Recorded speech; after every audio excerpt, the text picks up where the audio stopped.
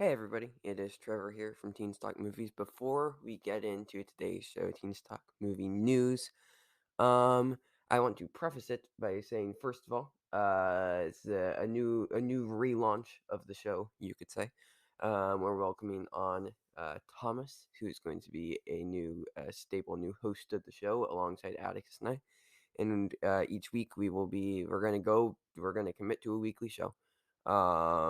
Maybe not all of us will be there every week, but we will have a show for you guys every single week, talking about movie news and then the latest films and TV shows and reviewing them. So I'm recording this after we recorded the first episode. It was a lot of fun. I will say though, there were some technical difficulties throughout. We had just some trouble. We were recording on a new platform, and Atticus was having trouble with Wi-Fi. So he's good through the first 10-15 minutes. Throughout the middle of the show, he's cutting out a lot and can't really, say anything. We can't really understand what he's saying. But then for the last bit of the show, we can hear him pretty well. He's just very quiet. I do think we have figured out everything, so we should be all good for next week, and it should go flawlessly, which obviously won't happen. Um, but we should be good for next week. I just wanted to give you guys a heads up. I tried to edit it down as much as I could. So if there might be some weird cuts, but I tried to make it at least presentable. So yep, I just wanted to give you guys a heads up, but enjoy the show. Hello, everybody. Welcome back to Teens Talk Movies. Teens Talk Movie News. We aren't going to rebrand the show because I'm too lazy to do that. But the new show, Teens Talk Movie News. I am your host, Trevor. As always, by my side, over computer, is Atticus. Atticus, how you doing? Good. How about you? Good. Also, I know we're recording this on video, but nobody can see your gang signs. Because it's an audio show. Come on now. Saying "come on now" doesn't help. They still can't see it. But we have a new addition to the Teens Talk Movies crew that we're very excited about, who will be joining us for as many weeks as he can. We have Thomas. How are you doing? I'm doing good. Yeah, doing good. Glad to be here. First time on the show, but thank you for having me. If you couldn't tell by his accent, he's French. No, he's never met him. What was that, Atticus? If you couldn't tell, Trevor's countryist. Yes, countryist, because racist doesn't make sense. But no, nope. Never actually met Thomas in person, but he's been a friend for a while. Because I haven't flown to England while COVID's going on. Because why would I? But no, he's a great guy. I love to talk movies with him. But yeah, so we're gonna start doing movie news because Atticus and I got bored of watching movies. And so we're going to watch movies and talk about more of them because logic. Yeah. So yeah, we essentially are just watching more movies now. But yeah. But. Yeah, so we're going to be talking about the movie news every week. Going to try and do the show every weekend, and get an episode out for you guys. It might not, all three of us might not be here every time. If one of us has to dip out, then it might just be, we might just have a show of me and Thomas, or Thomas and Atticus, or just me and Atticus. Or if Thomas tragically dies or something, then it'll just be Atticus and I. So. But I'll tragically die. I'll try not to. Okay, good. I'll stay alive for the show. Yeah. Yes, the show. I love how you said you'll try not to, but didn't sound very enthusiastic about it. You just I guess I'll try. We'll see how it goes. I mean, I was planning on it, but I was planning on accidentally falling off of a cliff, but I guess I won't now. But yeah, and also like if two people can't make it, then we'll just have like a 1-person show, and if nobody can make it, then you guys don't get to listen to our beautiful ears. So I wasn't gonna say voices because mine is not beautiful. I don't think Atticus is either. Thomas is pretty dope though.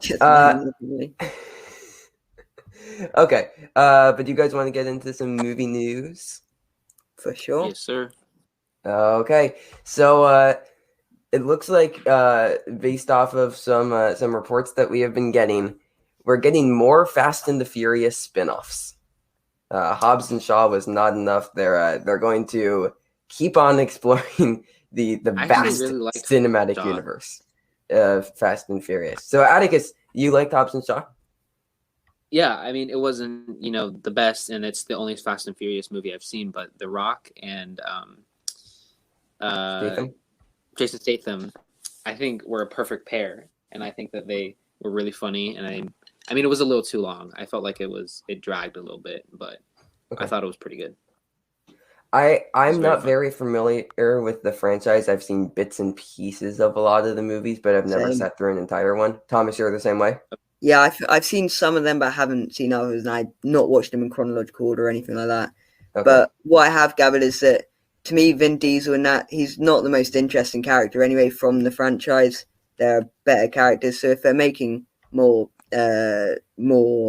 spin-offs, yeah, fine. If that franchise is still making money, which it appears to be, then do what they like. I mean, and also the franchise isn't really about cars anymore. Like they're going to space. It's an action franchise now.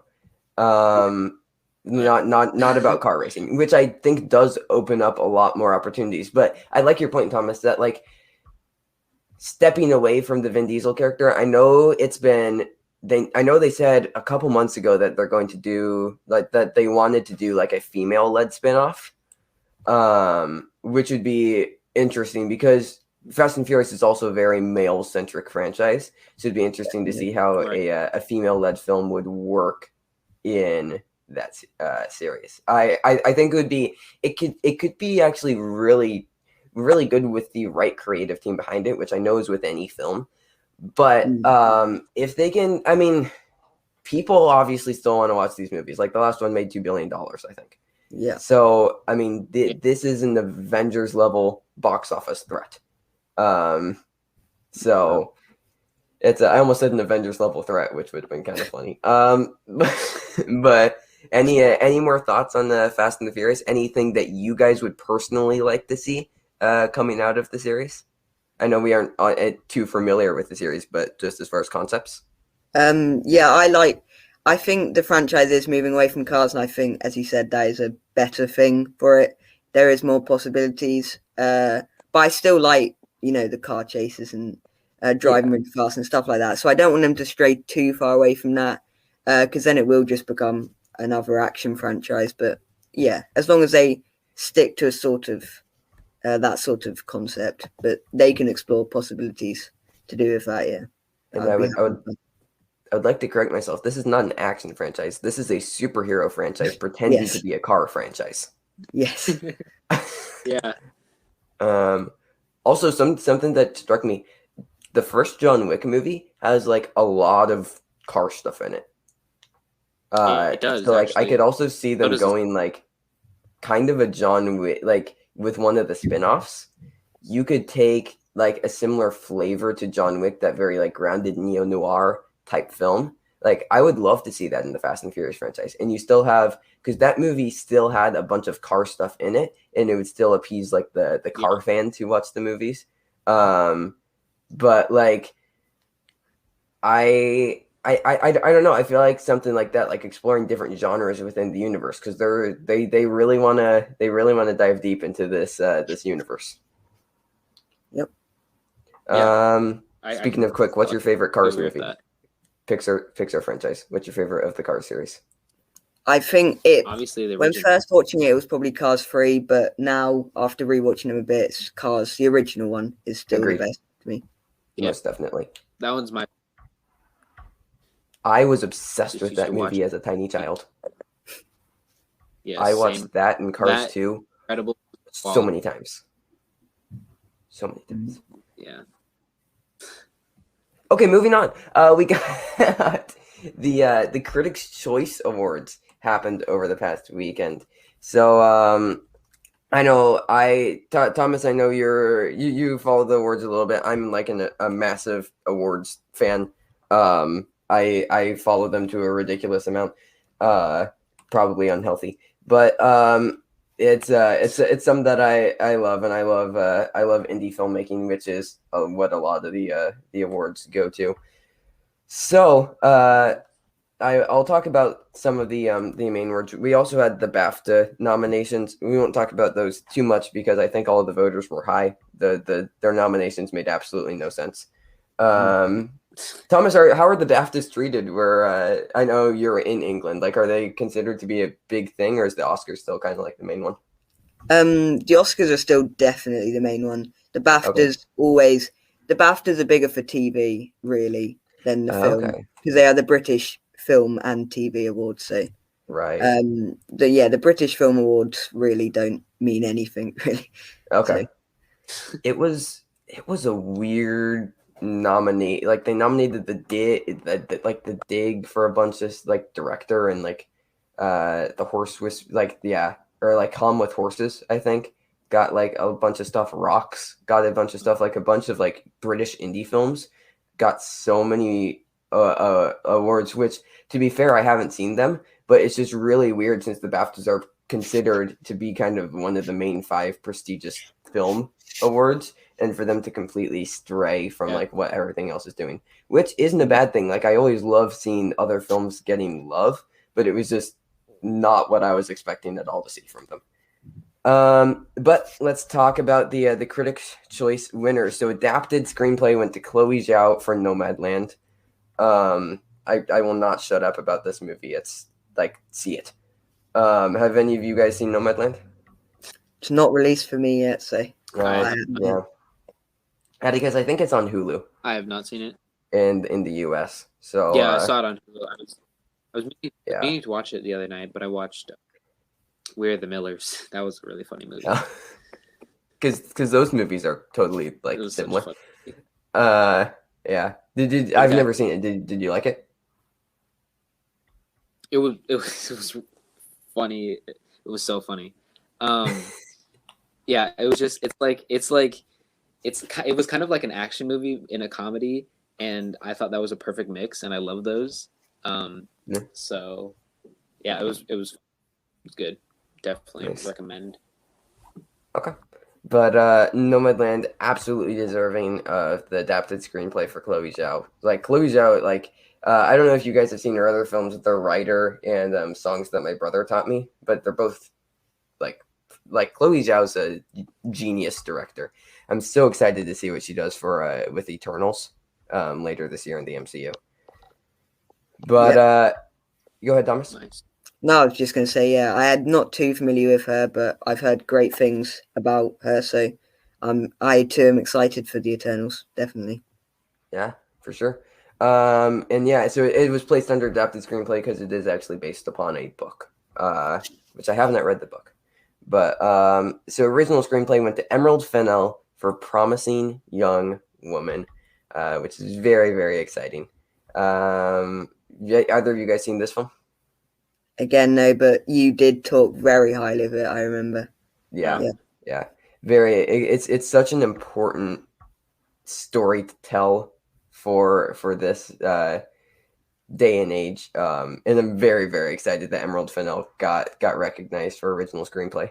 Also, I believe so. Like after last year of like not a single woman being nominated for Best Director, it looks like we're getting 3 women, which would be majority now, with Regina King for One Night in Miami, Emerald Fennell for Promising Young Woman, and Chloe Zhao for Nomadland.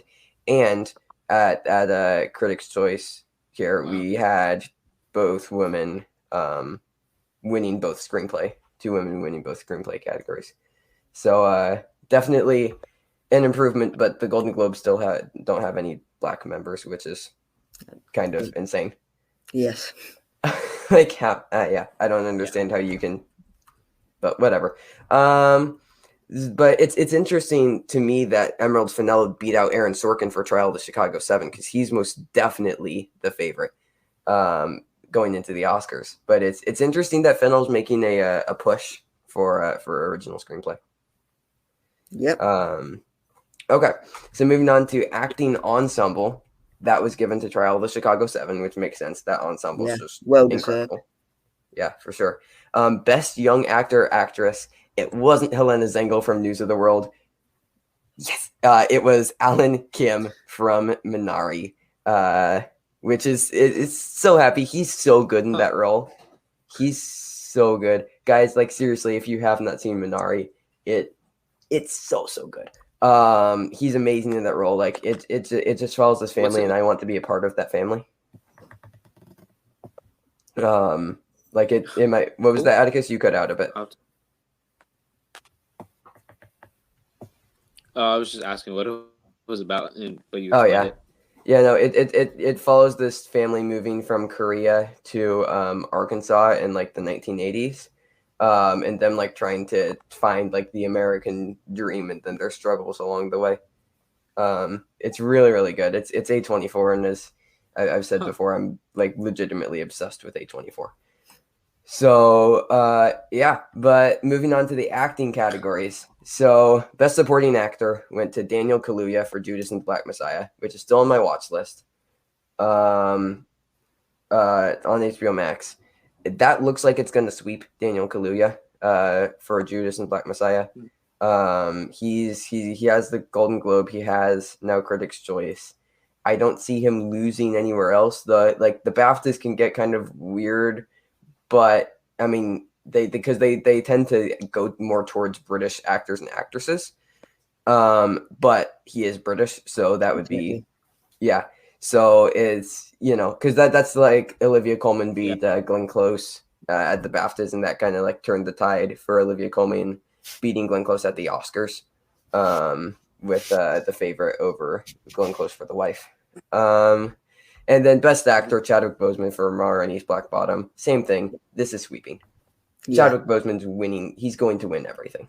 Yeah, there's no two ways around it. Yeah. Which, and people saying like it isn't deserved, it's just because he passed away, isn't true at all. No. He's so good. He's so good in Ma Rainey's. Yeah, that's like he deserves it, like regardless. So yeah. But Chadwick Boseman, Daniel Kaluuya, they're for sure sweeping. I'm actually going to talk about picture and director before we get into the actors categories, because actors is so freaking weird this year. Actors and supporting actors, so weird. So best picture, Nomadland. Best director, Chloe Zhao for Nomadland. Chloe Zhao has been sweeping everywhere, like even at like the critic circles and like the regional awards and everything. I don't think she's dropped a single thing. Like it's one of the most impressive speaks at director like ever. Yeah.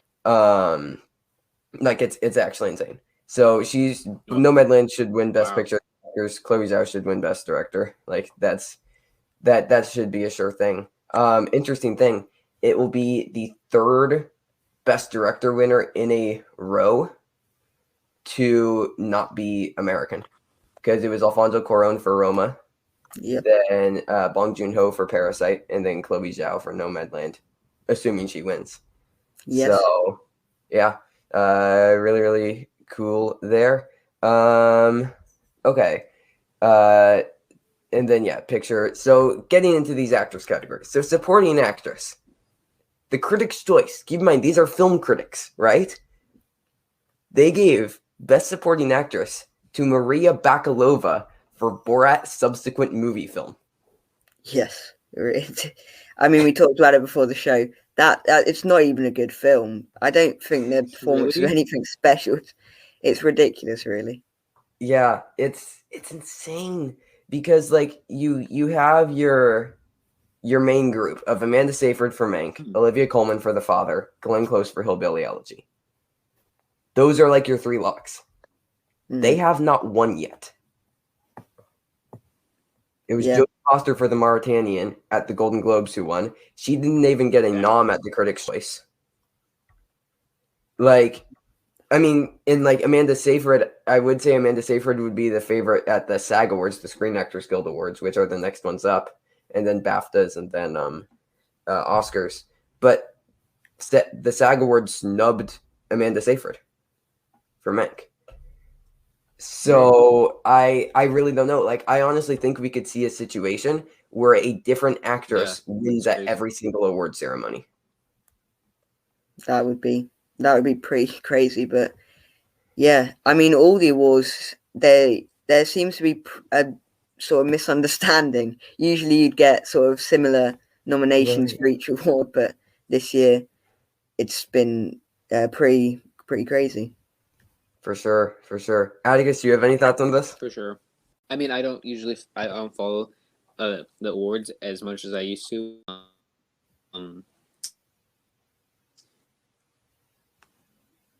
It's crazy. Others, but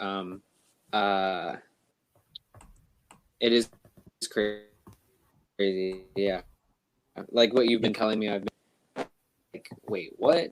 You know? Yeah. But yeah, I haven't followed it as much as I used to. Yeah. So here's the interesting thing. So, like I said, we have the three locks: Glenn Close, Olivia Colman, Amanda Seyfried. 2 spots left at the Oscars, because I mean it's almost a guarantee that those 3 are getting nominated. So you have Yoon Jun for Minari, you have Ellen Bernstein for Pieces of a Woman, and then you have Maria Bakalova, who has won at Critics' Choice for Borat Subsequent Movie Film, and then Jodie Foster would be the other one for The Mauritanian. So I mean, you have those 4 actresses to fill in the 2 spots. So it's just crazy. It really is insane. Okay, so now getting into Best Actress, Carey Mulligan won for Promising Young Woman. Right. Which is great.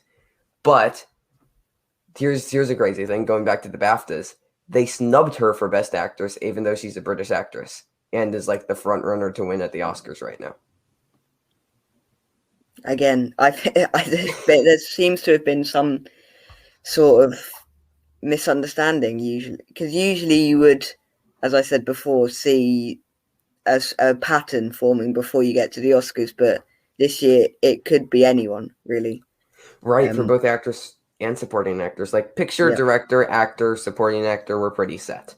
Yes. But like the screenplays and the actresses, I don't know. So yeah, because I mean, with actors, you kind of have 4 locks: Carey Mulligan for Promising Young Woman, Viola Davis for Ma Rainey's, Vanessa Kirby for Pieces of a Woman, and Frances McDormand for Nomadland. Then you have that last spot for the nomination, which is really interesting because you have Amy Adams from Hillbilly Elegy, you have Zendaya for Malcolm and Marie, you have Andrea Day, who won Golden Globe for United States vs. Billie Holiday, and then like Sydney Flanagan for Never, Rarely, Sometimes, Always. Those are like your main ones to fill that last spot. But it's going to be crazy because, I mean, who knows what the BAFTAs are going to do. I'd assume Frances McDormand, but it's crazy. But anyway, so that's our Critics' Choice. We will take a quick break, guys. Go to a quick ad break, and then we will be back in just a second. We'll see you guys in 1 minute. Okay, guys, Trevor here from Teen Stock Movies. I'm interrupting the show, okay? But it's important because I got to tell you about Anchor. So if you haven't heard about Anchor, it's the easiest way to make a podcast. It's how I do it, and I like easy. First of all, it's free. I also like free. There's creation tools that will allow you to record and edit your podcast right from your phone or your computer. And Anchor will distribute your podcast for you so it can be heard on Spotify, Apple Podcasts, and a whole ton of other ones. Which is also good because it's easy. You can make money from your podcast with no minimum listenership. That's why I'm recording this ad, because I like money and I hope you do too. It's everything you need to make a podcast in one place. So go ahead and download the free Anchor app or go to anchor.fm to get started today. Okay, let's go back to the show. You're probably done hearing from me. Okay, bye.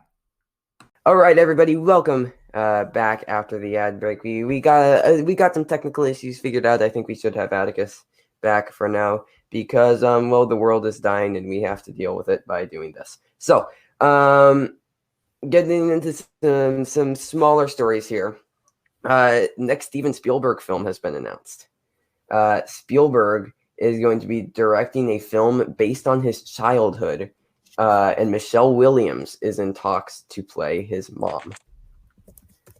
Yep. So, what are your initial reactions to this? I think it's a fairly good casting. I love Spielberg's works. So anything he touches, really, well, mostly, has been good. So, I'm really looking forward to it. Which I didn't actually mind, but sorry to cut you off. I just had to make that joke. Yes. But no, for those who don't know Michelle Williams, her biggest stuff that you will probably know her by: The Greatest Showman, Venom, Blue Valentine, Brokeback Mountain, Manchester by Sea, Shutter Island, Oz the Great and Powerful. But no, I do like the choice of Michelle Williams to play his mom. I do think it makes sense. I'm curious to see how he's going to portray his childhood, because I don't know much about the young life of Spielberg. But Atticus, what are your thoughts? To see, just like his childhood, and I think that Williams is his mom's. I think that's a good casting choice, because I liked her in The Greatest Showman a lot. Yeah, for sure. So Greek director Yorgos Lanthimos, who is most famed for directing The Favorite in 2018. Also, the indie darling Lobster, I believe is what it's called. Or Lobster, something like that. But obviously most known for The Favorite. He's going to direct an adaptation of the novel Poor Things, and it's going to star Willem Dafoe and Emma Stone. So, Thomas, your first reaction to this? Well, I've seen The Favorite, and it was very stylistic, and the directing was excellent from the film. I wasn't a massive fan of the plot, but if he's adapting it from something, yeah, I'm excited for it. Yeah, because his directing style is very unique, and I enjoy it. So nice. Thoughts on Willem Dafoe and Emma Stone teaming up for it? Yeah, again, they are two very good actors. I always like Willem Dafoe and Emma Stone in it. Pretty much anything they do, they're always good. So yeah, excited about that. Absolutely. Favorite Willem Dafoe role? Oh, it's got to be Spider-Man. It's so pedestrian, but it's Spider-Man. I was literally going to say, don't say Spider-Man. Yes. I know. I mean, I could go Grand Budapest, also The Lighthouse. Oh, I forgot about The Lighthouse, actually. Yeah, that was excellent, to be fair. Him and Robert Pattinson. Yep. Atticus, your first reaction to Yorgos Lanthimos' next project? I've heard really good things about that last.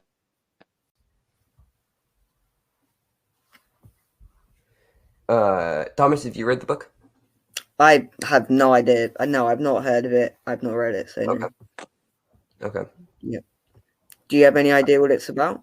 So let's see. The story of Poor Things. So it focuses around. Let's see. My thoughts on the movie. I think it sounds pretty cool. Yeah, for sure. I mean, I don't know much about it. So I guess it echoes Mary Shelley's Frankenstein a lot. In the story, and it's about a woman, whose ambiguity is complicated by her husband's autobiography. So I'm guessing her. So it seems like is a husband outs his wife on her childhood, I guess, in his autobiography, from what I could pick up. But Wikipedia was not very helpful at all. Okay. Next story here. The Snyder Cut leaked on HBO Max for a brief amount of time. Yes. Thomas, did you hear about this? Yeah, I did hear about this. They were watching Tom and Jerry, I think, and they got to the first hour of the Snyder Cut. So, fair enough. Yeah. So you saw it, or? No, I didn't see it, but I heard about it. I wish I did see it, though. I know. But we will for sure be talking about Snyder Cut next week when it comes out on Friday. But yeah, I did not see this. Atticus, did you hear about this? Obligatory wait for the delay. You excited about the Snyder Cut, Thomas? Yeah, I wasn't not a fan of the Justice League at all, the film. So, No, and I was haven't. very excited. That was really the problem. It was just very disappointing. But yeah, I am excited about Snyder Cut. Yeah. No, I didn't mind Joss Whedon's Justice League. Obviously, there's a bunch of behind the scenes stuff about it that's going out now. Yes. I didn't think it was good. I didn't hate it though. Yeah, so, I think it was really from just disappointment because I was really looking forward to it. That's fair. That is totally fair. But yeah, I mean, it isn't really a cut. It's just like a remake of the film. Like, he isn't using old footage. It's all new stuff. So we'll see how that goes. But yeah. Next story here. Harry Potter and the Cursed Child may be in development as a feature film. Opinions on that? Well, I've read the sort of screenplay book which it was made into, and I did go to watch it at the theatre. And what I can say is it's a lot better seeing it when it's adapted. So you have seen it at the theater? Yes, I was lucky enough to go and see it, and it is a lot better when you see it in person. Yep. So yeah, I have only seen or I have only read it. I actually really enjoy it. I know a lot of people didn't like the written, like the screenplay version, but I really liked it. I'd be curious to see if they do this, if they manage to bring back like Radcliffe and Rupert Grint and Emma Watson and Bonnie who plays Ginny? Bonnie something? Bonnie Wright? I'm not sure actually. I feel like it's Bonnie Wright, but I'm very curious if they can get her back. So yeah, but I'd be very excited about it. Like more Harry Potter, absolutely. So Atticus, your thoughts on Harry Potter and the Cursed Child potentially being adapted into a film? Well, I read the book and it was like the screenplay or whatever. Right. And I thought I really liked it. Completely agreed. Almost every other Harry Potter fan that I know that's read it said they hated it. So I'm not completely sure I'm like wanting this to be adapted, but like I think it'll be fun to see on the big screen. For sure. I loved it as well. I don't get people saying they hated it. It doesn't make a lot of sense to me. I know Thomas was able to see it like in the theater, and he said it translates a lot better seeing it than just hearing the screenplay. Yep. Oh, really? For sure. Yeah. I mean, I didn't hate the screenplay, but I didn't love it either, really. Definitely not. Yeah. But no, I mean, I would like to see it. I don't know if they'll be able to get back the full cast, and if they'll try and bring back some of the cast from like the stage. I don't know how they're going to do it. But more Harry Potter that isn't Fantastic Beasts, I am here for. So same. So now we'll get into something that I know Atticus was very excited about. Creed 3 is happening, and Michael B. Jordan will be making his directorial debut with the film. So I'll let Atticus go first on this one. Atticus, your thoughts? I am very, very excited because the first two movies were obviously amazing, but I think that actually I'm not completely sure what will happen in the third movie. I won't give any spoilers, but like there are a few things that I'm like, oh, this could happen and this could happen. But I'm not totally sure what will happen in this movie, which I'm excited to see what will happen. Absolutely. I am not familiar with Creed. I have not seen either of the films, but I love Michael B. Jordan.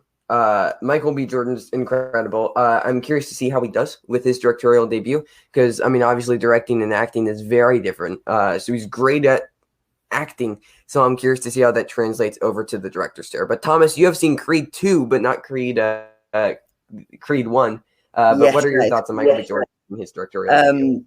Yeah, like you, I'm a big fan of Michael B. Jordan, and we've seen actors translate to directors before. We've seen Ben Affleck do a similar thing. So, yeah, I'm excited to see what he does. And yeah, I'm a fan. I was a fan of Creed 2. I just haven't got around to seeing Creed, the original one, yet. But I will at some point. And yeah, pretty excited about it. Right, and Ben Affleck translated over into pretty good director. I mean, it was Gone Girl was his directorial debut, I believe. Which is a solid film to kick off your directorial, filmography with, I guess. But the thing that I find interesting is that Gone Girl was a smaller film. It was more of like a passion indie type project. Creed 3 is going to be a summer blockbuster. So Michael B. Is it coming out this year? I think they said December of 2022. Oh, okay. So yeah, but it's Michael B. Jordan. I mean, I'm never gonna doubt his abilities until he gives me reason to. But kicking off your directorial career with a massive, I shouldn't say summer blockbuster because it isn't gonna be in the summer, but that vein of a film. Like, I know, I still feel like the Star Wars movies felt like summer blockbuster type films, even though they were released in December. So like that type of blockbuster, big budget franchise film. I mean, also to kick off your career in the middle of a franchise. I'm curious to see how he handles it and how the style transfers over from Ryan Coogler's. Yeah, it'll be cool to see his artistic mind at work. Absolutely. But I mean, he's gotten to work with great directors such as Ryan Coogler, amongst many others. So I'm definitely excited to see how that translates over. And maybe I'll actually watch the Creed movies before this comes out. You should. Yeah. Atticus, I'll go ahead and go back and get your thoughts on like the Steven Spielberg movie and then the Poor Things now that we have you. Okay. So what were your thoughts on Steven Spielberg's new project as well as the Poor Things getting adapted by Yorgos Lanthimos? I haven't read it. You said the Poor Things was a book originally, right? Yes. I haven't read that. And about the Steven Spielberg movie, I think that's going to be interesting because Steven Spielberg is one of my favorite directors of all time. Yep. And I grew up watching movies that he's made, and they've made me feel a certain way, like, I can, become friends with an alien or something like that. Just like, my imagination. That's what you did when you met me. Exactly. And E.T. Phone Home. I'm doing currently. Yeah, I think it'll be interesting to see like his starting out. No, that's not the right word. His beginnings. Yeah. Yeah, those are my thoughts. Okay. Cool. Yeah, I'm definitely, I'm definitely curious with both of those films. But now I will throw to Atticus and Thomas, and I'll speak on it a bit too. But I feel like maybe every week what we can do is we can each bring a movie to the table. It can be new, it can be older, but generally new if there was like a bigger release. And we can talk about it. So I will discuss Minari. Atticus will do Ryan the Last Dragon. Thomas is going to do Coming number 2, America. So who would like to go first? I'll start us off if you want. Sure. Yeah, Thomas, go ahead. So yeah, I saw Coming to America released on Amazon Prime last week, I think, or something like that. And I'd seen the original, and I wasn't a massive fan of it. But I thought it was, funny enough. I thought it was fine. So I was a bit apprehensive going into this one, but overall, it was it was a bit messy, put it that way. I don't think it was brilliant. It was funny enough, and it hit comedic timings. Like, it was fun. It made me laugh a couple of times, but overall, it just didn't have much by the way of character that interested me. I wasn't a massive fan of Eddie Murphy's character in it, because they wanted to have a different character be the main spotlight, but still wanted Eddie Murphy to be the main character. So it just it didn't work. It didn't gel together. So yeah, those are my. How is Arsenio Hall? Pardon? How is Arsenio Hall? Yeah. Again, none of the performances were excellent. They were just sort of good to fine, and I think Eddie Murphy was on the fine. Arsenio Hall was probably more on the good, but yeah. Okay. Atticus, you want to go next? Yeah, sure. For Raya and the Last Dragon. My overall thoughts, I thought it was a pretty well done movie. It had a good story. It made me sad and happy at the same time. It had some laugh out loud moments, but like I could tell. I mean, obviously, it was directed towards a younger audience, but it still made me laugh out loud.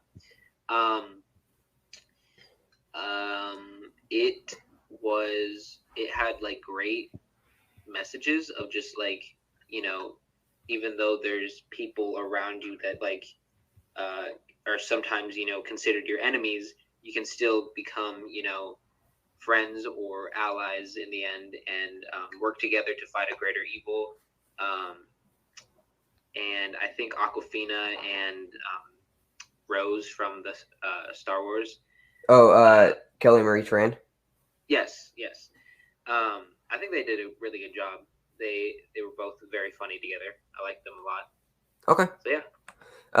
How does it compare to because the last Disney animation film we got was Frozen 2. So how does it compare to recent Disney animation? I think it's getting way better. Like the animation sense, it's getting way better. Okay. I could definitely tell in like the facial expressions and like the way that the characters moved that it was just next level, Okay. Good to hear. Yeah. Thomas, I forgot to ask you, how does do you like the original better or Coming to America? I mean, as I said, I'm not a massive fan of both, but I probably prefer the original. I'd say, yeah, it had more focus, put it that way. Okay. Do you know if it's the same director or different? I'm not sure. Let me look that up real quick. Okay. Atticus, what would you give Raya and the Last Dragon out of 10? I would give it a solid 7.5. 7.5. Thomas, how are you feeling on Coming to America out of 10? First of all, it was the same director who did both. Craig Brewer. What was the name of the director, sir? Craig Brewer. Craig Brewer. Okay. Yeah. And I'd probably give it a 5.5 out of 10, something like that. Okay, completely fair. So I over the week watched Minari. So Minari, it's directed by Lee Isaac Chung. It stars Steven Yeun, Yoon Yoon Jung, and Alan Kim were like the standout performances.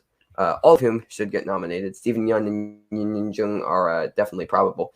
But no, so it follows this family who moves from Korea to Arkansas in pursuit of the American dream, and the father, the patriarch, if you will, of the family, wants to start a farm. But it just kind of follows like it doesn't go the best for him. It's also surprisingly a lot funnier than I thought it would be. The grandma, played by Yoon Yoon Jun, is like hilarious. Like I want her to be like added. Like I want a grandma that's played by Yoon Yoon Jung. He's so good. But no, like that the entire family, like Lee Isaac Chung's screenplay, like it makes you fall in love with the family like almost immediately. Even through like all the troubles and strife that comes up in between them, you really just fall in love with the family. and like care about the family, which is really, really impressive to do. Also, the cinematography in it was incredible. It will probably still lose to Nomadland because that has cinematography locked up. But there are some really, really amazing shots in this that like were really like, picture portrait, like I wanted to frame them. But overall, like the score is really good. Like there's so much about this movie that's good. And so many great, and there's a lot of symbolic directing, like towards the towards the end. Like there's so much symbolism and analogies created within events that happen that reflect the family state by the end of the film. And it's really, really well done. Like overall, like you have to pay for it. I think it's like $20. Thomas, I know it's not out where you are. Yeah. But it's $20, but it's well worth the money. It really, really is incredible. Like I'd give it a 9.5 out of 10. Just a half point because there were, I love to be nitpicky about the pacing of films. Atticus knows that for sure. It dragged a tiny bit in the middle. There was definitely a couple of stuff that felt like filler. But other than that, it was near perfect. So yeah, 9.5 out of 10. Highly, highly recommend Minari. Did you say that it was streaming anywhere, or do I have to rent it? You would have to rent it. It's $20. I think you can rent it. You can rent it from like Prime or A24 because it's still in theaters right now. So okay, yeah. But it's very, very good. But yeah, that is all of the news we have for the week. Even through technical difficulties, we still were able to get the show done.